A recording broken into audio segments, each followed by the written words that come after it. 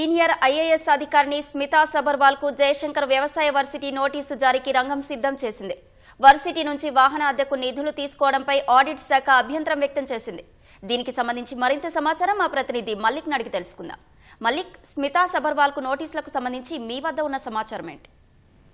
అశ్విని, తెలంగాణ పర్యాటక శాఖ కార్యదర్శి స్మితా సబర్వాల్ కు రేపో ఎల్లుండో తెలంగాణ వ్యవసాయ విశ్వవిద్యాలయం నోటీసులు జారీ చేయబోతుంది. ఇందుకు సంబంధించి వివరాలకు వెళ్తే 2016 నుంచి 2024 వరకు దాదాపు 90 మాసాల పాటు ఆమె సీఎంఓ అదనపు కార్యదర్శి హోదాలో ఉన్నప్పుడు ఒక వాహనం ఏర్పాటు చేస్తున్నారు, దానికి అద్దె చెల్లించాలంటూ వ్యవసాయ యూనివర్సిటీకి లేఖతో ఆ యూనివర్సిటీ యాజమాన్యం నెలకు 63,000 చొప్పున 90 మాసాల పాటు అద్దె రూపంలో చెల్లించింది.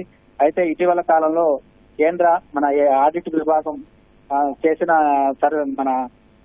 చేసిన ఇదిలో భాగంగా ఈ వాస్తవాలు బయటకు వచ్చాయి. గతంలో కూడా ఇలాంటి అక్రమాలు కొన్ని జరిగినట్లు చోటు చేస్తున్నట్లు కూడా ఆడిట్ నివేదికలో వెల్లడైంది. ప్రత్యేకించి ఇది ఒక ట్రావెల్ వాహనం కాదు, అలాగే మన ప్రైవేట్ వాహనం అంటే వ్యక్తిగత వాహనం కింద లెక్క వస్తుంది.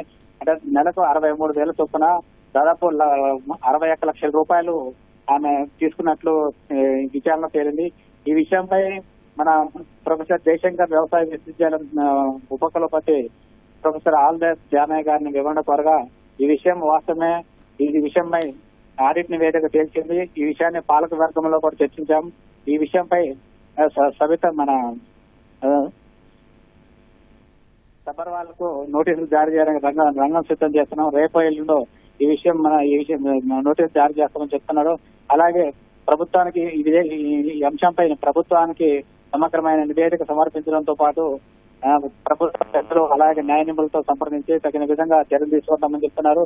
అయితే ఒక ఐఏఎస్ అధికారి హోదాలో ఉండి ఇట్లా ప్రభుత్వ పరంగా నిబంధనల విధంగా అద్దె రూపంలో డబ్బులు తీసుకోవడాన్ని పట్ల ఆడిట్ తీవ్రంగా అభ్యంతరం వ్యక్తం చేసి ఈ విషయం ఒక చర్చనీయాంశంగా మారింది.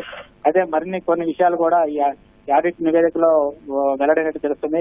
ఆ వివరాలు కూడా త్వరలో యూనివర్సిటీ యాజమాన్యం బయటపెట్టేందుకు మాత్రం రంగం సిద్ధం చేస్తుంది. ధన్యవాదాలు మల్లిక్.